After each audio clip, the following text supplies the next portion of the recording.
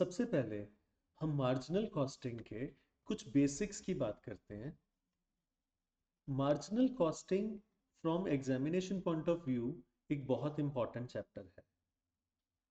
हम सीधा इसके बेसिक्स पे आते हैं। Whenever you start a business तो आप सीधा प्रॉफिट अर्न नहीं करना शुरू कर देते। Every business has 3 stages. आपका प्रॉफिट कब आता है? जब सेलिंग प्राइस में से टोटल कॉस्ट माइनस कर दी जाती है। यहां पे सिर्फ एक छोटा सा ट्विस्ट है। वो कहता है कि first stage of the business वो होती है जब आप सेलिंग प्राइस में से सिर्फ वेरिएबल कॉस्ट की चिंता करते हैं, उसको कवर करने की कोशिश करते हैं। फॉर एग्जाम्पल, आप 2000 रुपीज का एक यूनिट बेचते हैं जिसकी वेरिएबल कॉस्ट 1200 रुपीज है। अगर आप इस वेरिएबल कॉस्ट को कवर कर पा रहे हैं तो आप 800 रुपीज बचा रहे हैं। This 800 rupees is called contribution. इसको हम सीधा प्रॉफिट नहीं बोल सकते। रीजन इज क्योंकि अभी हमने इसमें से फिक्स्ड कॉस्ट को माइनस नहीं किया है। पहली स्टेज में वेरिएबल कॉस्ट कवर करना आपके ऊपर एक जरूरी चीज बन जाती है। If you are not able to cover your variable cost in the very first stage, it is the shut down point, जिसको आपने इकोनॉमिक्स में कई बार पढ़ा होगा। शट डाउन पॉइंट क्या होता है? जब एक बिजनेस अपनी वेरिएबल कॉस्ट को भी कवर नहीं कर पाता। तो इसका मतलब क्या होता है कि बिजनेस को उसी टाइम बंद कर देना चाहिए, कभी भी वो प्रॉफिट्स में जा ही नहीं सकता। इस फर्स्ट स्टेज में आपका फोकस होता है कंट्रीब्यूशन पे। जब कंट्रीब्यूशन आप अचीव कर लेते हैं तो आप सेकेंड स्टेज में जाते हैं। सेकेंड स्टेज में आपका फोकस होता है फिक्स्ड कॉस्ट को कवर करना। और end of second stage is that stage when you have no profit, no loss. कई बार आपने सुना होगा, हम लोग बोलते हैं एक जगह पे हमने पैसे इन्वेस्ट किए लेकिन चलो लॉस नहीं हुआ, जितने पैसे लगाए थे उतने रिकवर कर लिए। उस चक्कर में हम सोचते तो हैं कि हमारे उतने पैसे आ गए, लेकिन अभी हम इन्वेस्टमेंट की बात ना करें तो बेटर है, क्योंकि that is not a good proposition. लेकिन हाँ, ब्रेक इवन पॉइंट पे फोकस करना जरूरी होता है कंपनी का, क्योंकि सेकेंड स्टेज के एंड में जाके आप एक ऐसा पॉइंट अचीव करते हैं when you have no profit no loss. Profit नहीं हुआ लेकिन लॉस भी नहीं है। एंड जैसे ही आप इस स्टेज से निकलते हैं, थर्ड स्टेज में एंटर करते हैं, तो आप प्रॉफिट जोन में आ जाते हैं। आपका मेन फोकस होता है प्रॉफिट। लेकिन again there is one more term to this. आप सिर्फ एक यूनिट एक्स्ट्रा बेचने के लिए नहीं बैठे हुए हैं। That will not serve the purpose. आपने इतनी इन्वेस्टमेंट लगाई, इतना टाइम लगाया, तो क्या सिर्फ मीगर सा एक प्रॉफिट अर्न करने के लिए? नहीं। तो इस स्टेज में आपको एक टर्म जाननी होगी, that is called margin of safety. वो मार्जिन, वो प्रॉफिट जो आपको सेफली उस बिजनेस में रहने के लिए प्रेरित करेगा। अब हम दोबारा से इस चीज को थोड़ा और गहराई में समझने की कोशिश करते हैं। पहली स्टेज में हमारा फोकस था वेरिएबल कॉस्ट, एंड हम अचीव क्या कर रहे थे? कंट्रीब्यूशन। यहाँ पे आपको एक चीज और समझनी है। इसमें एक रेशियो कैलकुलेट होती है, पीवी रेशियो, जिसको हम बोलते हैं प्रॉफिट वॉल्यूम रेशियो, जिसका फॉर्मूला होता है contribution upon selling price into 100। Basic चीज क्या है कि आप कंट्रीब्यूशन अर्न करिए फर्स्ट स्टेज में, आप फिक्स कॉस्ट की चिंता मत करिए फर्स्ट स्टेज में, क्योंकि फर्स्ट स्टेज में अगर आपने वेरिएबल कॉस्ट को कवर कर लिया तो सेकेंड स्टेज में पहुंच जाएंगे, और सेकेंड स्टेज में पहुंचने के बाद फिक्स कॉस्ट की चिंता करिए। So since the second stage is focusing on covering the fix cost, now this 800 rupees was the contribution received from one unit, but you're not there to sell only one unit. Let us say you sell 100 units. That means your total profit is 80,000 rupees. If 80,000 rupees is your total contribution and your fixed cost is, let's say, 60,000, then you enter the third stage called profits of 20,000. But right now, since we are just covering the break even point and I am assuming that you have no profit no loss, इसका मतलब आपने जितना contribution earn किया उतना ही fixed cost थी, तो आपके पास zero profit आया, जिसको आपने क्या बोला, ब्रेक इवन पॉइंट। लेकिन जैसे ही आपने एक एक्स्ट्रा यूनिट बेचा, आप थर्ड स्टेज में आ गए, जिसको हम बोलते हैं प्रॉफिट जोन। लेकिन अगेन मार्जिन ऑफ सेफ्टी भी हमें चाहिए, because we can not stay in the business only for earning a very meagre amount of profit. So let us now come to our formulas of break even point as well as margin of safety। इसके अंदर आपको क्या करना है, break even point का मतलब क्या है, no profit no loss. Margin of safety का मतलब क्या है, उतना मार्जिन उतना प्रॉफिट जो आपको सेफली उस बिजनेस में रहने देगा। तो इसका एक बहुत बेसिक सा सिंपल सा तरीका है इन फॉर्मूलों को याद रखने का। What do you want and from where do you want it. ठीक है, ऐसे याद रखें, क्या चाहिए और कहां से वो मिलेगा। ब्रेक इवन पॉइंट में क्या चाहिए, फिक्स्ड कॉस्ट कवर होनी चाहिए। मार्जिन ऑफ सेफ्टी में क्या चाहिए, प्रॉफिट चाहिए। तो आपको ये तो समझ में आ गया कि न्यूमरेटर में हमने क्या लिखना है, ब्रेक इवन पॉइंट में क्या चाहिए, फिक्स्ड कॉस्ट पूरी होनी चाहिए। मार्जिन ऑफ सेफ्टी में प्रॉफिट पूरा होना चाहिए। तो वर्ट तो हमने कर दिया, कहां से होगा, या तो कंट्रीब्यूशन पर यूनिट से होगा। अगेन यहां पे भी कंट्रीब्यूशन पर यूनिट लिख लेते हैं। या दूसरा एक फॉर्मूला है, अगेन न्यूमरेटर वही रहेगा, what do you need to cover fixed cost, from where, PV ratio. Similarly profit divided by PV ratio. अब आप बोलेंगे कि एक्चुअल में ये कंट्रीब्यूशन पर यूनिट और पीवी रेशियो क्या है। कंट्रीब्यूशन पर यूनिट क्या हुआ, एक यूनिट को बेच के कितना कंट्रीब्यूशन मिल रहा है। तो जो आंसर आएगा ब्रेक इवन पॉइंट का, वो यूनिट्स में आएगा कि इतने यूनिट बेचोगे तो ब्रेक इवन पॉइंट आएगा। अगेन इतने यूनिट्स बेचोगे तो मार्जिन ऑफ सेफ्टी आएगा। ठीक है, तो पहला फॉर्मूला हो गया हमारा कि अगर हमने ब्रेक इवन पॉइंट और मार्जिन ऑफ सेफ्टी को यूनिट्स में निकालना हो तो। एंड अब हम सेकेंड फॉर्मूला में आते हैं। पीवी रेशो किस किस चीज को रिप्रेजेंट करता है, परसेंटेज को। परसेंटेज मींस हर 100 रुपए के पीछे इतने रुपए का कंट्रीब्यूशन है। तो PV ratio and contribution per unit are technically the same things. Contribution per unit सिर्फ एक यूनिट के पीछे बताता है और पीवी रेशो 100 के पीछे बताता है, परसेंटेज में बताता है। तो ये बताता है कि इतने रुपए की सेल करोगे तो आपका ब्रेक इवन पॉइंट आएगा, और if you are talking about margin of safety तो इतने रुपए की सेल करोगे तो मार्जिन ऑफ सेफ्टी आएगा, इतना प्रॉफिट आपके पास इतनी सेल्स पे आएगा। ये कुछ बेसिक सी चीजें थी, ये फॉर्मूले थे जो हम बता रहे हैं कि ब्रेक इवन पॉइंट और मार्जिन ऑफ सेफ्टी और पीवी रेशो कैसे कैलकुलेट होती है।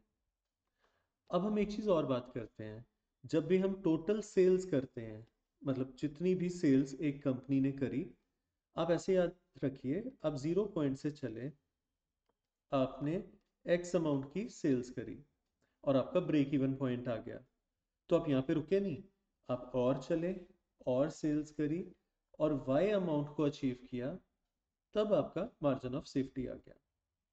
तो क्या मैं ये इजीली कह सकता हूँ कि टोटल सेल्स में आपने दो स्टेप चले, पहले स्टेप में आपने ब्रेक इवन पॉइंट को अचीव किया और दूसरे स्टेप में आपने मार्जिन ऑफ सेफ्टी को अचीव किया। तो आप ये बोल सकते हैं कि total sales is equal to break even sales या break even point plus margin of safety. तो अगर आपको कहीं पे ये बताया जाए कि आपकी टोटल सेल्स हैं let us say 10,000 and break even sales are 40%, सिर्फ इतना लिखा हो 40%, तो समझ जाइए कि 40% किस चीज का है, टोटल सेल्स का है। इसका मतलब आप इजीली इस चीज को कैलकुलेट कर सकते हैं कि ब्रेक इवन सेल्स कितनी होगी, और आपको अगर पता है कि ब्रेक इवन सेल्स 40% है तो margin of safety balance amount होगा 60%, तो ये 6,000 हो जाएगी। तो ये रिलेशंस आपको याद रखने हैं। ये बेसिक सी चीज आपको मैंने इसलिए बताई क्योंकि ये चीज कहीं पे भी कवर्ड नहीं होती, लेकिन ताकि आप लोग कंफ्यूज ना हो और आप लोगों को क्लैरिटी हो कि आप कर क्या रहे हैं और क्यों कर रहे हैं, इस चीज को मैंने इंक्लूड किया। अब हम फोकस करेंगे एक क्वेश्चन के ऊपर जो मार्जिनल कॉस्टिंग से रिलेटेड है और बेहद इंपॉर्टेंट क्वेश्चन है।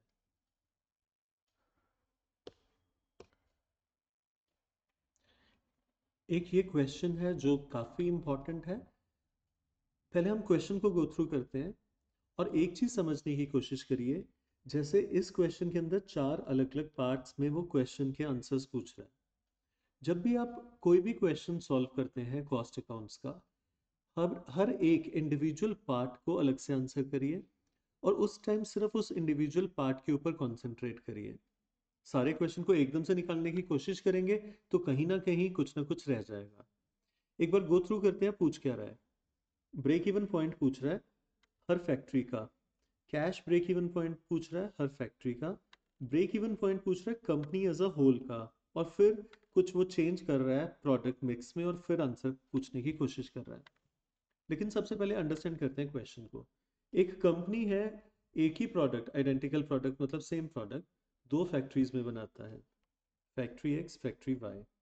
अगर आप देखेंगे तो दोनों जगह सेलिंग प्राइस 50 है। Variable cost due to some changes in the factory location और something, we are not right now discussing what could trigger it. लेकिन वेरिएबल कॉस्ट दोनों फैक्ट्रीज की अलग है, फिक्स्ड कॉस्ट दोनों फैक्ट्रीज की अलग है। डेप्रिसिएशन जो कि इस फिक्स्ड कॉस्ट में इंक्लूडेड है, उसने लिखा हुआ है word depreciation included in the above fixed cost, मतलब 2 लाख के अंदर ही 40,000 इंक्लूडेड है, ये अलग से नहीं है। सिमिलरली 3 लाख के अंदर ही ये 30,000 इंक्लूडेड है, अलग से नहीं है। सेल्स इन यूनिट्स का मतलब है कि इतनी सेल्स हम करते हैं, इतने नंबर ऑफ यूनिट्स बेचते हैं। प्रोडक्शन कैपेसिटी का मतलब है कि 100% कैपेसिटी पे हम 40,000 यूनिट्स बना सकते थे, बट हमने कितने बनाए और बेचे? 30,000। हम बना सकते थे 30,000 और बेचे कितने? 20,000। तो production capacity does not mean production, it means इतनी कैपेसिटी पे आप 100% कैपेसिटी पे, ऑप्टिमम कैपेसिटी पे कितना काम कर सकते थे, बना सकते थे। सबसे पहली बात करते हैं, ब्रेक इवन पॉइंट दोनों फैक्ट्रीज का निकालना है, एक्स का अलग और वाई का अलग। तो हम इसके लिए क्या करते हैं, सबसे पहले हम ब्रेक इवन पॉइंट से पहले अपना बेसिक चीज लिखते हैं। सेल्स या सेलिंग प्राइस में से अगर हम वेरिएबल कॉस्ट को माइनस करें तो हमारे पास क्या आ जाता है? Contribution per unit. उसमें से फिक्स्ड कॉस्ट माइनस करेंगे तो क्या आ जाएगा? प्रॉफिट। यहाँ पे हमें इतना सब नहीं चाहिए, जितना चाहिए हम उसी पे फोकस करते हैं। सेलिंग प्राइस दोनों केसेस में 50 है, वेरिएबल कॉस्ट 40 एंड 35 है। यहां से हम इस चीज को कैलकुलेट कर सकते हैं कि contribution is selling price minus variable cost, दोनों का कंट्रीब्यूशन अलग आता है। फिक्स्ड कॉस्ट आपको 2 लैक्स एंड 3 लैक्स टोटल दी हुई है। आपको इस चीज के साथ कंफ्यूज नहीं करना कि 10 आ रहा है और उसके सामने तो 2 लाख बहुत बड़ा है। ये जो 10 था ये एक यूनिट के पीछे है, फिक्स्ड कॉस्ट टोटल 2 लैक्स है। हम नंबर ऑफ यूनिट्स कितने बेच रहे हैं? 30,000 एंड 20,000। तो अगर हमने टोटल कंट्रीब्यूशन निकालना हो तो 30,000 और 20,000 के साथ आ जाएगा और फिर हमारा फिक्स कॉस्ट उसमें से माइनस हो जाएगा, राइट।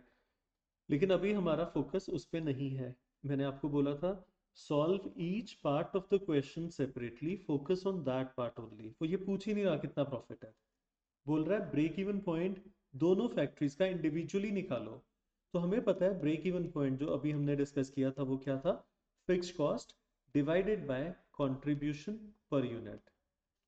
ठीक है, तो फिक्स कॉस्ट कितनी है? 2 lakhs divided by contribution per unit कितना है? 10। तो ये क्या आ जाएगा? 20,000 यूनिट्स आ जाएगा फैक्ट्री एक्स का। सिमिलरली आप वाई के लिए भी निकाल सकते हैं, 3 लैक्स डिवाइडेड बाय 15। तो सबसे पहले हमने ब्रेक इवन पॉइंट निकाला यूनिट्स में दोनों फैक्ट्रीज का। अगर आप पीवी रेशो निकालते तो भी आप निकाल सकते थे, contribution upon sales into 100 which was 20%। तो आप क्या कर लेते? 2 लैक्स डिवाइडेड बाय 20% और फिर रुपीज में निकाल लेते ब्रेक इवन पॉइंट कि इतने रुपए की सेल्स है तो आप ब्रेक इवन पॉइंट अचीव करेंगे। ये दोनों फैक्ट्रीज के लिए सेपरेटली निकालना है, ये आपको क्लियर होना चाहिए। तो हमने पहले पार्ट ऑफ द क्वेश्चन को इस तरीके से अटेम्प्ट करना है। और साथ में अगर आपको लगता है कहीं पे भी कोई भी चीज, जैसे आपने ये एक्सप्लेन ही करना है उसको कि आप इसको 20% ऐसे कैलकुलेट कर रहे हैं, कुछ भी कर रहे हैं आप, कोई भी वर्किंग नोट देना है, कोई भी आपने कैलकुलेशन शो करनी है, कर दीजिए, there is no harm in a professional exam to show your working notes and calculations separately. अब आते हैं सेकेंड पार्ट पे। Now he is talking about cash break even point. अब ये कैश ब्रेक इवन पॉइंट क्या होता है? Fixed cost divided by contribution per unit is the normal formula for a break even point. Cash break even point में हम क्या करते हैं? कैश फिक्स कॉस्ट ले लेते हैं। इसका मतलब वो फिक्स कॉस्ट जो सिर्फ कैश में पे हो रही है, जिसके अंदर नॉन कैश आइटम्स नहीं है। अब अगर हम इस क्वेश्चन को देखें तो इसमें नॉन कैश आइटम सिर्फ एक डेप्रीसिएशन है। इसका मतलब 2 लाख की टोटल फिक्स कॉस्ट है, जिसमें से 40,000 नॉन कैश है। तो इसका मतलब कैश में फिक्स कॉस्ट कितनी हो गई? 1,60,000। तो हमारा फॉर्मूला क्या हो जाएगा? 1,60,000। लेकिन कंट्रीब्यूशन में कोई चेंज नहीं आएगा क्योंकि उसमें सेलिंग प्राइस और वेरिएबल कॉस्ट इन्वॉल्व थी। तो 16,000 यूनिट्स आपका क्या आ जाएगा? Cash break even point factory X का आ जाएगा। अब आप सेम तरीके से y के लिए भी निकाल सकते हैं। उसमें आप 3 लाख में से 30,000 को माइनस कर देंगे, 2,70,000 आ जाएगा और उसको 15 के साथ डिवाइड कर देंगे, अगर आपको यूनिट्स में ब्रेक इवन पॉइंट निकालना है फैक्ट्री y का। और अगर आपने रुपीस में निकालना है तो again you can use the PV ratio. ठीक है, तो point number 1 and point number 2 should be clear now. Now we are coming over to break even point for the company as a whole, assuming the present product mix is in sales ratio. अब इस चीज को थोड़ा सा समझते हैं कि कैसे इसको करना है। अभी तक हमने पॉइंट 1 में और पॉइंट 2 में क्या किया था? फैक्ट्री का इंडिविजुअली या अलग से आपने ब्रेक इवन पॉइंट या कैश ब्रेक इवन पॉइंट निकाला था। आप यहाँ पे कंपनी की बात नहीं कर रहे थे, आप किस चीज की बात कर रहे थे? आप टोटल फैक्ट्री की बात कर रहे थे, factory X and factory Y. अब थर्ड पॉइंट में आप क्या कर रहे हैं? Company as a whole. इसका मतलब अब आप इंडिविजुअली फैक्ट्रीज का ब्रेक इवन पॉइंट कंसिडर नहीं कर रहे हैं। कंपनी के अंदर क्या है? फैक्ट्री एक्स भी है और फैक्ट्री वाई भी है, दोनों फैक्ट्रीज हैं। तो अब कंपनी का as a whole break even point कितना होगा, इस चीज के ऊपर अब हम बात करेंगे।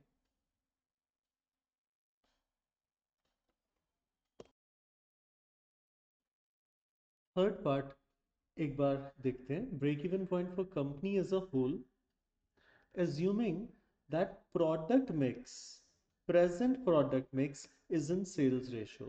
इसका क्या मतलब हुआ कि आपके पास कंपनी के लिए टोटल फिक्स्ड कॉस्ट कितनी है?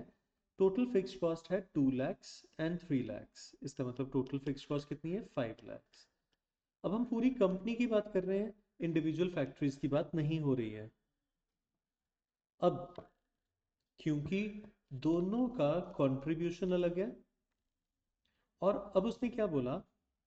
Assuming present product mix is in sales ratio. इसका मतलब कि आज की डेट में आप 50 रुपीज इंटू 30,000 एक्स फैक्ट्री में, ठीक है, this is the sales, and 50 into 20,000 this is the sales in factory Y. उसने बोला इस सेल्स रेशियो में आपने ब्रेक इवन पॉइंट अचीव करना है, आपने ये अज्यूम करना है कि ये प्रेजेंट प्रोडक्ट मिक्स इस रेशियो में चलता है।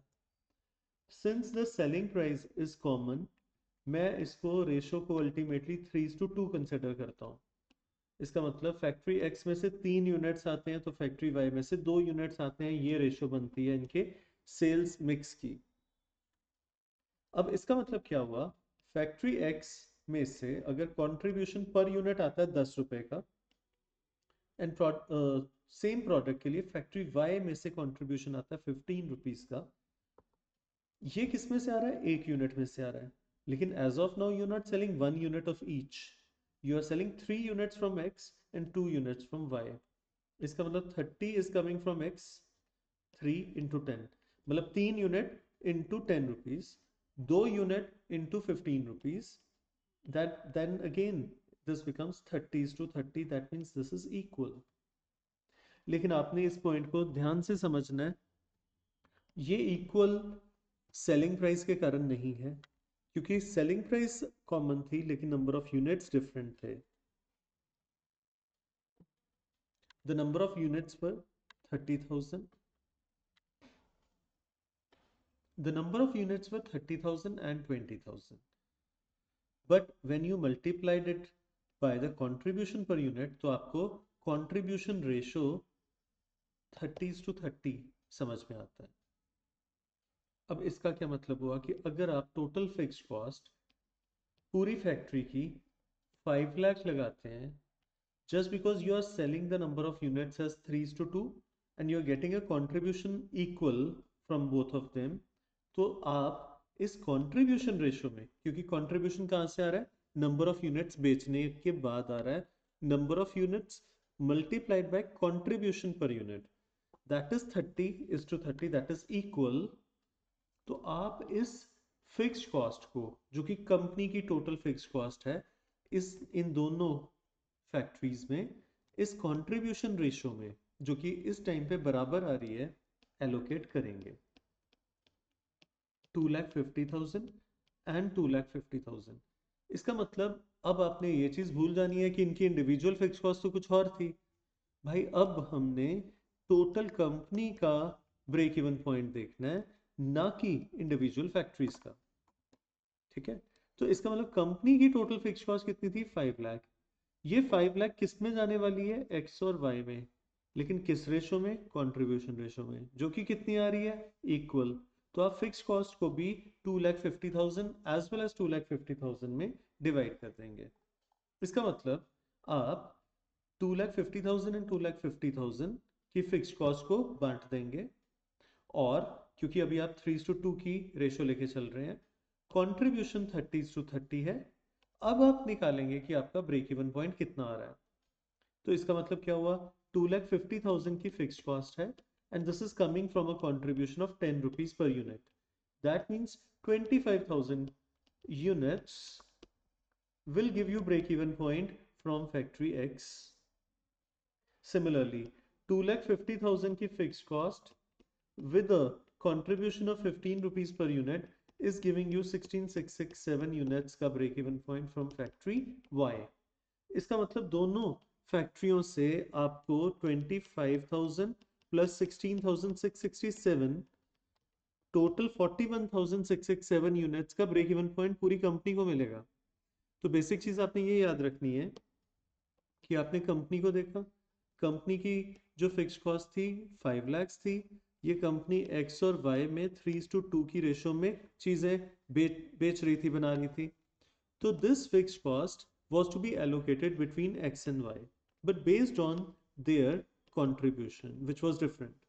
So since their contribution was equal, तो हमने इस 5 lakhs को भी इस contribution ratio में, क्योंकि contribution किससे बन के आ रहा था, जो मार्जिन बच रहा था और जो नंबर ऑफ यूनिट्स को आपने मल्टीप्लाई किया था 3 एंड 2 को, तो आप नंबर ऑफ यूनिट्स भी इसमें कंसिडर कर रहे थे और मार्जिन भी कंसिडर कर रहे थे, that is why you were allocating 5 lakhs in x and y equally, 2,50,000 and 2,50,000, and then you were calculating the break even point, and then you were adding both the figures, and then you were getting the resultant value that was giving you the break even point for the entire factory. अब हम आते हैं fourth point पे, consequence on profit. मतलब profit में क्या change आएगा, break even में क्या चेंज आएगा, अगर product mix is change to 2:3 and the total demand remains same. इसका मतलब instead of 3:2 now you have to solve it using 2:3 rather than 3:2। तो अब आप कैसे सॉल्व करेंगे, you will divide as 30,000 and 20,000 units, but then you will multiply the contribution as 30,000 into 10 and 20,000 into 15. That will be your ratio from where you will be calculating the profit. तो मतलब आपने जैसे पहले 30,000 20,000 लिया था, अब आपने 20,000 30,000 ले लेना है, और 20,000 into 10 and 30,000 into 15 हो जाएगा, which means इसको आप सॉल्व ही करेंगे क्योंकि यहाँ पे नंबर ऑफ यूनिट्स बराबर नहीं है, सेलिंग प्राइस बराबर नहीं है, and then you will be calculating the profit. ठीक है, तो इसका मतलब आपने यहाँ पे क्या एज्यूम किया, that 20,000 will be coming from factory X and 30,000 will be coming from factory Y. तो इसके अंदर दो तीन चीजें थी जो आपको ध्यान रखनी थी। एक तो कैश ब्रेक इवन पॉइंट कैसे कैलकुलेट करना है, क्योंकि नॉर्मल ब्रेक इवन पॉइंट आप कई क्वेश्चंस में सॉल्व कर लेते हो, लेकिन कैश के लिए आपको पता होना चाहिए। सेकंड चीज था, जब आपने कंपनी का ब्रेक इवन पॉइंट निकालना है तो आपने इंडिविजुअल फैक्ट्रीज को भूल जाना है। उस टाइम पे आपका फोकस क्या होगा, पूरी कंपनी। लेकिन ये भी याद रखना है कि वो कंपनी कहाँ से अपना ब्रेक इवन पॉइंट अचीव करेगी, उन्हीं फैक्ट्रीज में से। तो आपने क्या करना था, आपने कंट्रीब्यूशन पर यूनिट को मल्टीप्लाई करना था सेल्स मिक्स के साथ, और उस रेशियो में आपने फिक्स्ड कॉस्ट को बियर करना था। और लास्ट में आपने उल्टा कर दिया था, पहले आपके पास 3:2 था, अब आपने 2:3 से सॉल्व करना था। मतलब मेथोडोलॉजी पॉइंट नंबर 3 वाली ही थी, लेकिन रेशियो अलग थी। So this is an important question. This should be considered while you are preparing for your marginal costing chapter. Thank you.